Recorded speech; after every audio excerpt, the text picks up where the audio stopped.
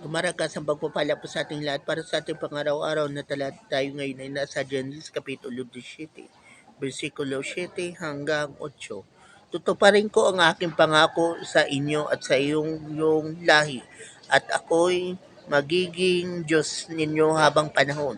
Ibibigay ko sa inyo ang lupain ito na inyong tinitirahan ngayon. Magiging inyo na ang buong lupain ng Kanaan habang panahon at ako ang magiging Diyos ninyo.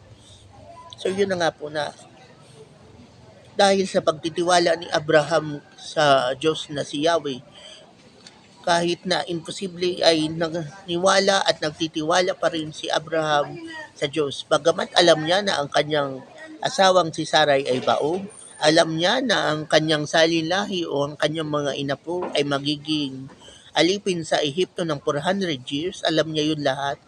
At alam niya rin na makakabalik sa Kanaan ang kanyang salinlahi.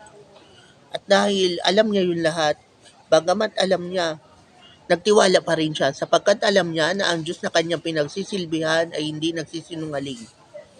At dahil doon, bagamat alam niya yun, at alam niya rin na ang kanyang pangalan ay naginang Abraham na dating Abraham sapagkat ang kanyang sinasamba ay Diyos na gumawa ng langit at lupa. Kaya nagtitiwala pa rin